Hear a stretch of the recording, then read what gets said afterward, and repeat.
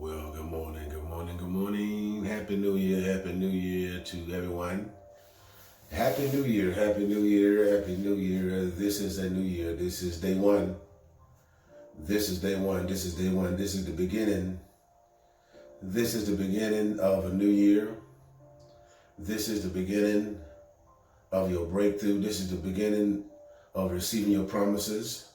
This is the beginning. This in the beginning. And so in the beginning, that means that it's fresh. That means that things are starting from the beginning, from the starting line. From the starting line. And things are being revealed. Things are being understood. Things are being manifest. You know what? There is a old saying, throw a rock and hide your hand. You know, when I was a kid, you know, it's like the person who started the fight, they would say something, but then after they say something, they would act like they didn't say nothing, and everybody else start the fight. And it's almost like throwing a rock and hiding your hand. And you know what? That is one of the spirits, demon spirits, that is prevalent. Wherein this spirit throws a rock and hides hand, meaning that the personality of the spirit can never accept being wrong. This is a spirit of pride. It's a spirit of pride. Mask is a camouflage. It's a cover up. Now, this spirit of pride is mask. It has a mask. Has a cover, and that cover is false humility, where the personality. The enemy, the scripture said, the enemy's he's going to transform as an angel. He's come as an angel of light. He's coming with another transformation. He's coming with another transformation. And this transformation is a cover-up. This transformation comes as, it looks like a melancholy spirit. It looks like a melancholy spirit where it draws, where it cries for sympathy, and there's a plot. It's almost like the damsel in distress. Now, the damsel in distress, when you get to the damsel when she needs help, then once you get to the damsel really didn't need help. But the damsel was just a smoke screen just to get you to stop. It's almost like, this is what happened. It's almost like there are games that people use to kidnap people, to kill people. And what they would do, they will go on the side of the road and act like they're broke down, hood up, you know, and so then what they would do, and what they do, if they want a guy, well, it don't matter nowadays, but what they do, they'll put a beautiful woman out, and she'll be under the hood, showing her legs and looking good and all that and smelling good. And so the bait and the plot is to get a man or a woman to stop, to help and see what's going on. And so when this person stops to see what's going on, now the person stopping and seeing what's going on is innocent, just trying to help this person. But this person that broke down appears to be innocent, but really in actuality, the person is a predator, waiting for her move, waiting for her move to be able to destroy or take advantage of that one particular person or whoever it is that come. It's almost like, if I can also use another example of this type of personality or this type of spirit, it's like a black widow. And so now a black widow will, when that black widow mates or become intimate with her partner, after the black widow becomes intimate with her partner, the black widow silences or kills that partner. And so this is what's happening. It's a hidden agenda. A hidden agenda. And so if you know anything about a hidden agenda, when someone has a hidden agenda, that means that they have something that they're keeping away. It is called a hidden agenda. And see, the thing about it, even when it comes to sin, there are two types of sin. There's the sin of commission, and oftentimes you can say a transgressor, someone who transgress. That's one of the sins, and oftentimes that's an obvious one. You do it physically, but then there's another kind of sin. The transgression is that, but then there's another kind of sin where it's not an act, it's not a physical act, but it's a mental act. It's a mental act. It's an act in the imagination where the person and it's called the sin of omission. The scripture says, to him that knows to do right, if you know do right, if you know what's right, but then you know what's right, but you decide to do what's wrong and don't do it, the scripture says to him or her, it is sin. And so what it is also, God is bringing forth even a great accountability. And so in a hidden agenda is like, say for example, as a parent, and as a mother or father, your son is dating, but the person that your son is with, she does never want to come around and see your parents. Now this guy's dating, but she never wants to come around and see the parents. And see, when that happens, that's a red flag in itself. When you're dating someone, when a person is dating someone and they say that they love them, but the person that they say they love do not want to see the foundation or where you live, your mother and your father, your parents, or the place, your home, then you must question that other person's as having a hidden agenda. Oh yeah, it is. Anytime a person is trying to keep you away of meeting your parents, keep you away from your parents, they have a hidden agenda, and that agenda is not good. That agenda is to remove you away from, and also to indoctrinate you with the way they think, the way they feel. And see, one of the reasons why when a person has hidden agendas or wicked agendas or deceptive and accepted agenda is when they try to hide themselves. Because a lot of times people who have hidden agenda, when they know, people who have hidden agendas, they know, but they become afraid of being exposed. Because see, when people who have hidden agenda, they always, They're always nervous. They're always paranoid. When a person has a hidden agenda, they're always paranoid, because when a person is paranoid and has a hidden agenda, they always want to know what the other person's thinking.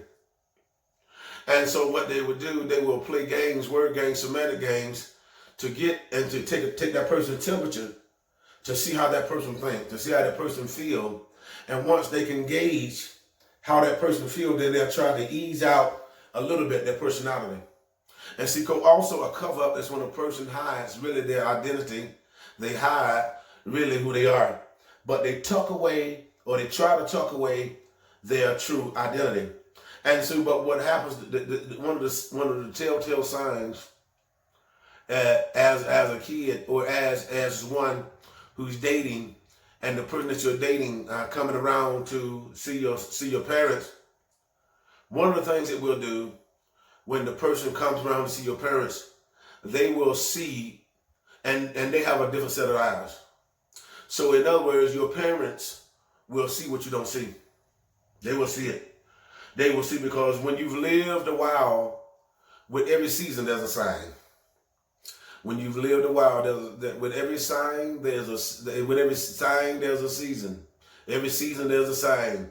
It's going to show. It's going to show their temperature. It's going to show what's up with a person. See, because the thing about it, what you need to understand, even about someone who's gifted, and someone who walks with God, and someone who really knows the Spirit of God. When someone who knows the Spirit of God, they don't look at the natural stuff. They don't look at the flesh. But the scripture tells us to know no man after the flesh, but after the Spirit. The scripture says, the window of the eyes is the reflection of the soul. Meaning, you know what I mean? That a person may lie with their mouth, with their words, and with their lips. But what's in their heart is going to be reflected through the eyes. It is going to be reflected, and their eyes are going to speak. Oh yeah, they are going to speak. The eyes will speak. A person who knows and understands and can see eyes. And see, because your eye, if there's something dirty on the inside, your eyes going to reflect it. If there's something that you're trying to hide or tuck away and try to keep away, your eyes are going to reflect it. But not only your eyes reflect it, there comes a mood. With deception, there comes a feeling. With deception, there comes a mood.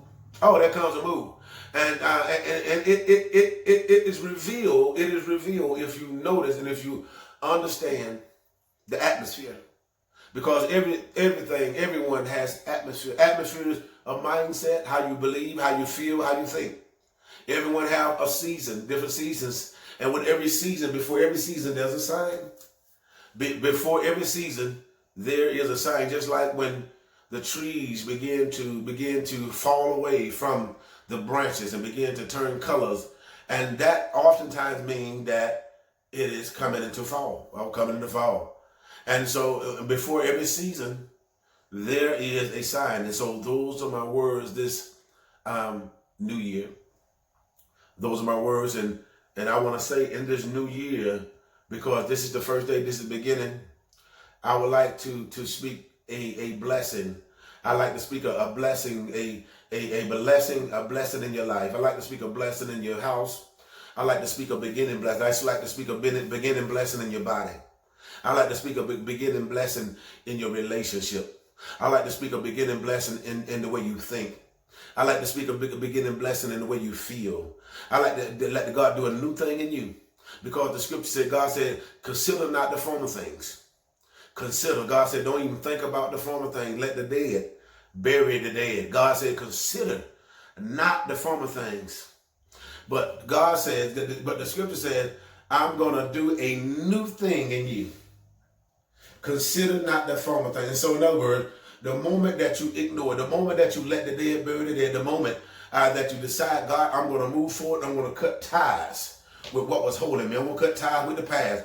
I'm going to let it go. I'm going to forget it. I'm going to lay it down. And God, the scripture said that when you forget those things that are old, the scripture said there's a promise that's coming. God says, I'm going to do a new thing in you. And what's going to happen? What's going to happen in the situation, in the land, in the area where it feels like you're in a desert. It feels like you're in a dry place. It feels like you're in a dry place and you're about to die from thirst. You're about to die. You're about to die. You're about to kill over because of the thirst, because of the journey, because you've been pushing your way. You've been pressing your way to get to where God is calling you to. But it seems like things have been taken from you. Things have been draining you. Things have been draining everything about you. And now because you're drained, now you're dry. You're in a dry place. You're in a dry condition. You don't want to do nothing. You're so dry. And so you're so dry, you need some oil. You're so dry, you need some water. But God says, in your dry place, He's going to cause a river. Did you hear what I'm saying? In your dry place, God's going to cause a river right there. Right there where you're dry. Right there where you're about to suffocate. Right there where you're about to die from thirst. Right there, God's going to cause a river to spring up for such a time as this. He's going to cause a river to spring up, and you are going to be revived. Just know at the place of desperation, at the place where you're about to throw in the towel, at the place where you're about to die out, at the place, God is going to cause a river to spring up. I'm reminded of Samson. In the story of Samson, one time Samson used the jawbone of a donkey. And his assignment was to kill the Philistines in those days. And after he had killed a certain amount of Philistines, Samson became thirsty and weak. There was no water there. And so Samson began to cry out to God and say, God, you let me here. You allowed me to come here to die. Am I going to die right here? Am I going to die in this condition? And I'm going to die at this place. Am I going to die in this state of mind? And as he began to cry out to God, God did something. God did something. And what God did, God used the same thing. God used that horn, that jawbone that he used to kill his enemy. He used that same jawbone. The scripture said, from that jawbone, water did come out of it. And he drank, and he did revive. And so this is what's going to happen to many of you at the place where you're desperate, you're crying out for God to revive you. You're crying out for God to renew you. You're crying out for God to replenish you. And in your cry, God is going to begin to replenish you in your cry, in your petition, in you seeking his face. God is going to answer your cry. Is that all right? Happy New Year. God bless you. Keep me in your prayers.